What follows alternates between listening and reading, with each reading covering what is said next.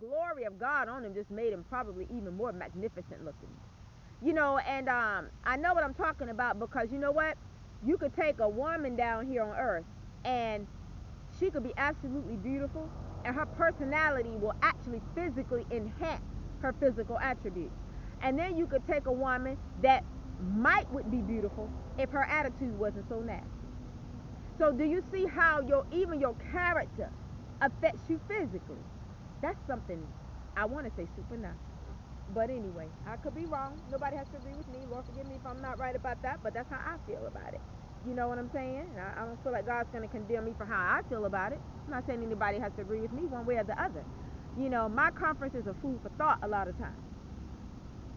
But anyway, um, I'm going to go on and wrap this up, but I just want anybody out there to know they're suffering, that the Lord executeth righteousness and judgment for all that are oppressed. And I intend to get into a more full in-depth discussion regarding this, because and I didn't want to necessarily make this conference about racism or anything, but that's what came to mind, and that's what I have to speak on, because if something keeps surfacing in my mind, evidently it might be something that Father wants me to speak on. Because, and I thought about it, crossed my mind what that judge had said to those people, and of course the area that the courtroom was located in, is a known racist area. I feel like the demon of racism, I believe there's a spirit behind that will be dealt with too, as well as the people that are oppressed by it. Either whether if they are possessed by it, or if they are oppressed because of it. You know what I'm saying? Um, don't ever um, hate yourself because somebody else hates you. Don't ever hate the way that you look because somebody else hates the way that you look, because you got to do the reverse psychology on that. That's intimidation. That's intimidation, jealousy, envy, resentment. You got to do the reverse psychology on the devil now. I don't care who they are. You understand? I don't care what color that person's skin is. Anybody out there, if you are dealing with anybody that is racist against you, do the reverse psychology. Do the reverse psychology, because I guarantee you it's probably somebody, most likely somebody with low self-esteem, and they feel like by treating you like a dog, then he or she can reign as king and queen. Come on, can I talk about it? Can I talk about it? The way that you look, your appearance has so much power that there are actually demonically possessed people in this world that want you dead because of it. And there have actually been people that have lost their lives, especially during the civil rights movement, because of the color of their skin, because of the color brown, because of ethnic features. So, you know what? I really feel like that there's something deeper going on behind the scenes than what is even being revealed to us on this side of glory, on this side of existence. And I say this side of glory because if you're alive, it's a blessing. So that's God's glory on your life right there. But I'm just saying, y'all, I feel like there's so much more deeper to this existence that we are in. You can't even, I feel like this is just the tip of the iceberg.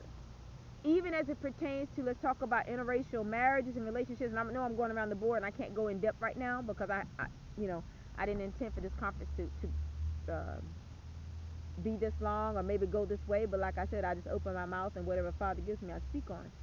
But the devil doesn't get upset for no reason, for nothing. I gotta say it like I hear it. The devil doesn't get upset for nothing.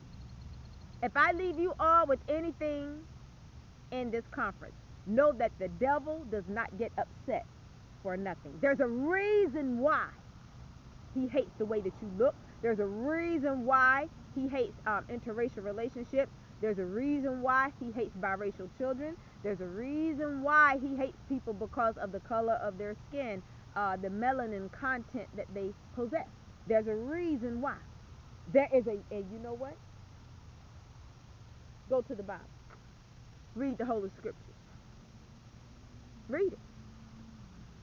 Because see, God created melanin. And God is about, he likes different colors, I believe. And, I believe, and nobody has to go by what I believe. I'm just having a conference, now when I talk about the Bible, I know what I'm talking about. You should believe the Bible. But this is just me. I believe and I've read this in a book one time from a book somebody had written, but I do believe it. There are colors in heaven that we don't even know about on earth. We know red, blue, green, yellow, orange, the basic colors down here on this planet. But I bet you there are colors in heaven that if you saw them, you would be like, oh my gosh, I didn't even know this color existed. I bet there are just beings in heaven that are so beautiful, that you will probably, when you see them, you'll probably be like, I didn't even know that somebody this beautiful existed. You know, you could say probably I knew about the beauty on earth, but this is something totally out of this world. I'm hearing extraordinary. Your eyes have not seen, nor has entered into the heart of man. Oh my God, am I talking? But not to go left field, too much left field.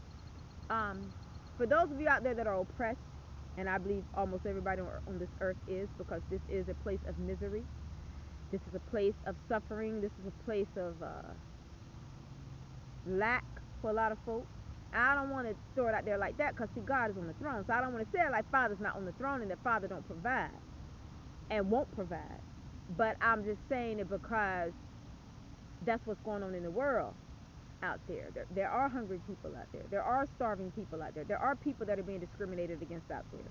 And they just feel like, they can't win for losing, and they feel like there's no hope. There's always hope in Jesus Christ. It takes the power of God to take down a racist structure. It takes the power of God.